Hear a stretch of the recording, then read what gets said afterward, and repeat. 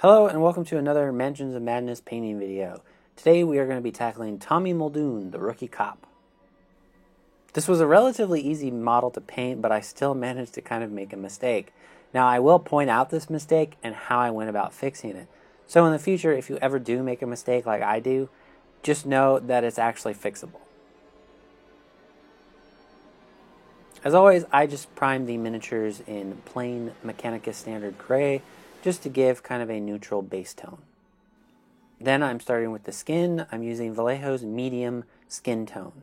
Once again, this is a slightly more advanced way of doing skin, so if you would like a simpler variant, check out my hired gun video. Remember, as always, keep your paints thin, so putting on this base skin tone will probably take about 2 or 3 coats.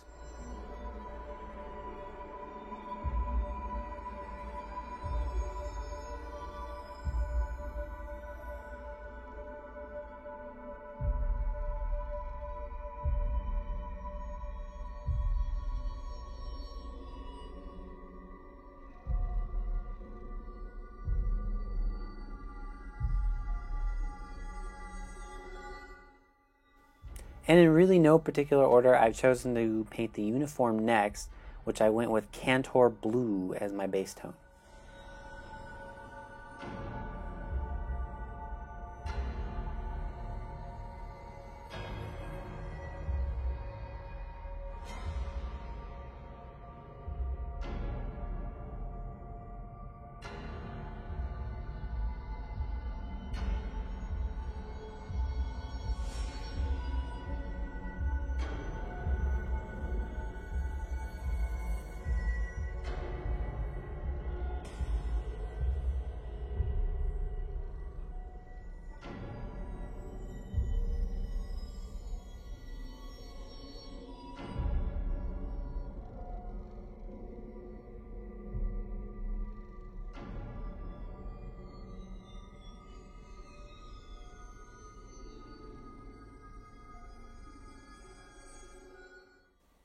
Next up, I'm tackling Tommy's rifle. The rifle is divided into roughly 2 parts, one metal and one wood. Most of the rifle is going to be wood, but there are some metal areas. Now, it's a good idea here to have a reference photo of what type of rifle this is, or at least a close approximation, so that you can kind of visualize where the metal parts are. And to paint the metal bits, I mixed lead belcher with a little bit of black. Next up, the wood part of the rifle, and for that, I just used dryad bark.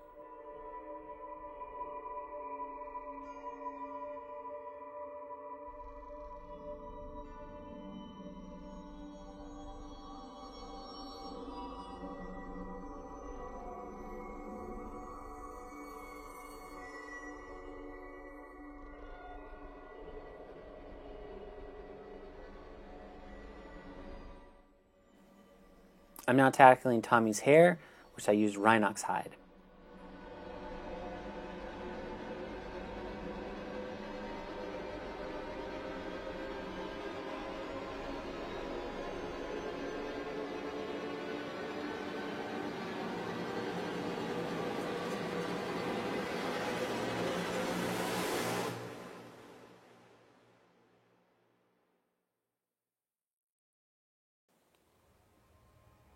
Then, because I'm not going in any particular order, I decided to tackle Tommy's badge, which I painted with Stormhost Silver.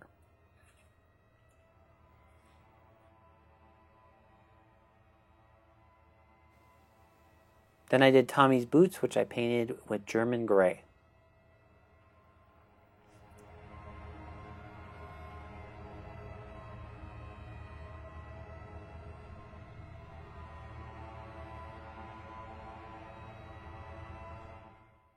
And now I'm going to do the leather belt and shoulder strap, and I'm just painting that with Steel Legion Drab.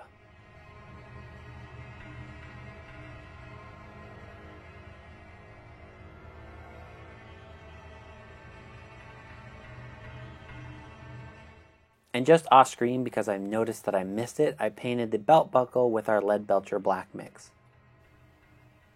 And that does it for the base coat, so now onto the washes. First up for the skin, we're going to use Seraphim Sepia.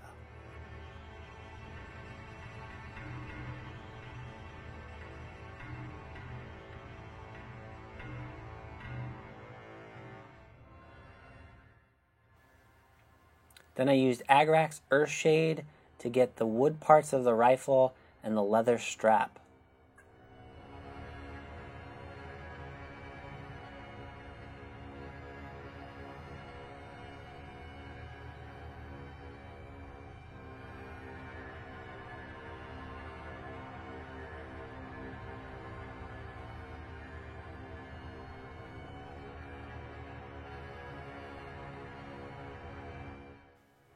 I shaded the uniform with Drakenhof Nightshade.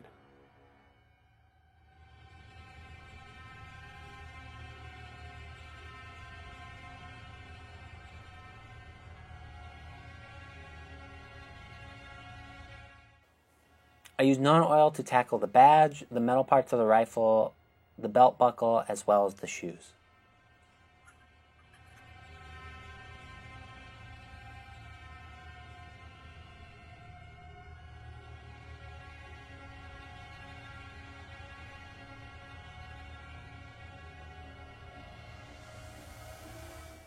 That does it for our washes, so let's tackle the highlights and finish the figure off. Now we're going to tackle the skin, and this is where I messed up. Luckily, I did fix it, so I'm going to show footage from when I went back and actually fixed it, but just keep in mind that when you go back, you will actually start to see kind of my mess up and how sort of ugly it looks. So first of all, make sure that you're using the right skin tones for this, because if you use the wrong skin tones, the effect is not going to look that good. First off, I'm going to use Kislev Flesh to basically go over probably about 80 to 90% of the skin and just keep sort of the deepest recesses the original base tone.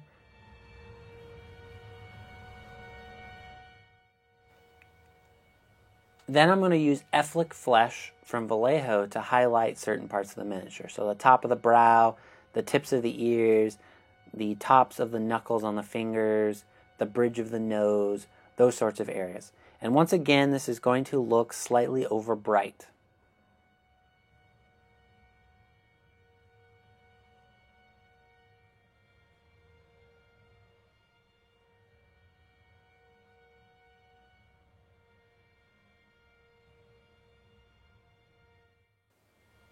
Lastly, because I love the way this effect looks, we're going to use glazing. So keep in mind here to not replicate my original mistake that I made is to make sure that Seraphim Sepia, which we're going to use to do our glaze, is extremely watered down. If you see some really heavy yellow in it, water it down some more. This is not going to be a wash. It should not pool. It should actually be pretty much transparent. And you're going to use this extremely washed down wash to basically just go over your highlights and sort of basically watch as they smooth themselves out. It'll tone back the heaviest highlights so that they're still a highlight, but just not quite as pronounced as they are just doing straight up paint.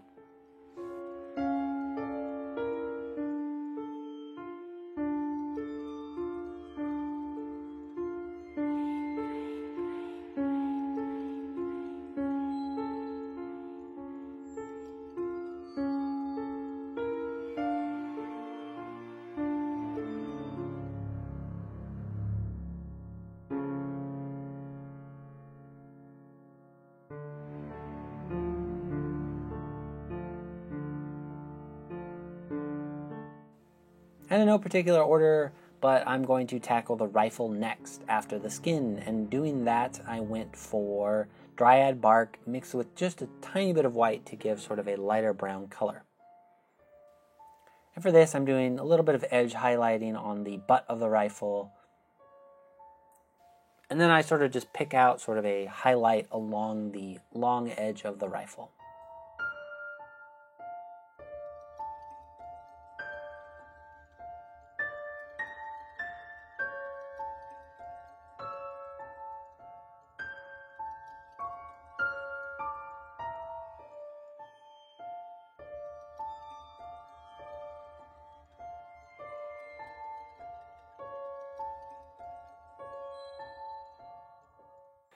Then I'm going to highlight those metal bits on the rifle just a little bit, give sort of some edge and definition to them by using pure Stormhost Silver just to pick out a few little points. I'm going to use Stormhorse Silver to pick out just a little bit on the badge, so really sort of the top and then the center of the star.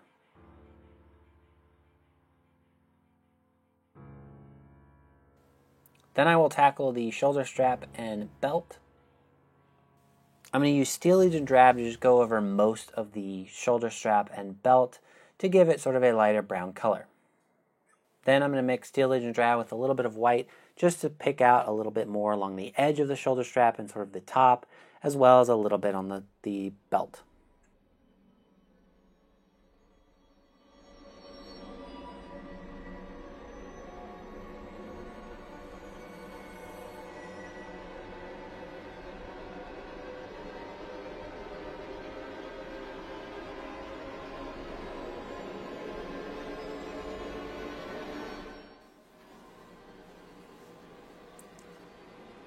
Then I'm going to tackle the uniform itself. That's going to be Cantor Blue mixed with just a little bit of white. And Tommy's uniform is really not ironed at all, so there's lots of little ruffles to pick out edges and basically bring some real definition to the figure. The pants have a lot of ruffles on them, especially that front line, the very front of the miniature.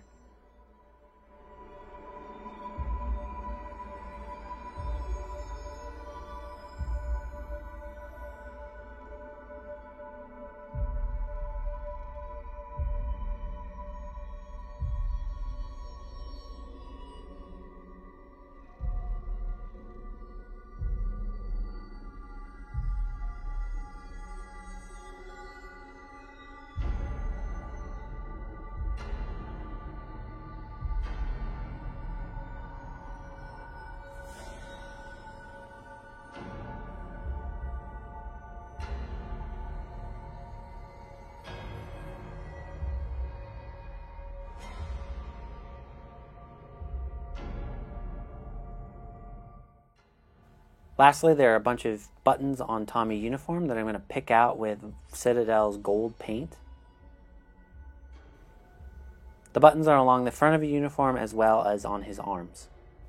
You could, if you want these to look a little bit more tarnished, use Agrax Earthshade to tone down the gold effect, but I chose not to do that. I'm also going to use German Gray here on the boots just to pick out a few little highlights along the tips of the boot.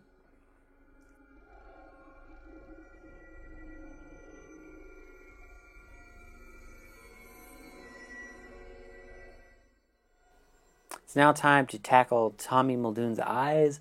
These are a little bit tricky as he has very deep eye sockets. First of all, I'm just going to use sort of a base of ivory to pick out where the eyes are. And then being very, very carefully, I'm using an extra tiny brush here. I'm just going to take a small dab of black and try to pick out an iris. I will admit that this part was very, very tricky and I had to redo it several times in order to get an eye that I felt looked normal. And if you're so inclined, you can also highlight the hair with a simple application of Rhinox hide mixed with a little bit of white. One final highlight is the belt buckle itself. I just used Stormhorse Silver to sort of pick out a slight edge highlight.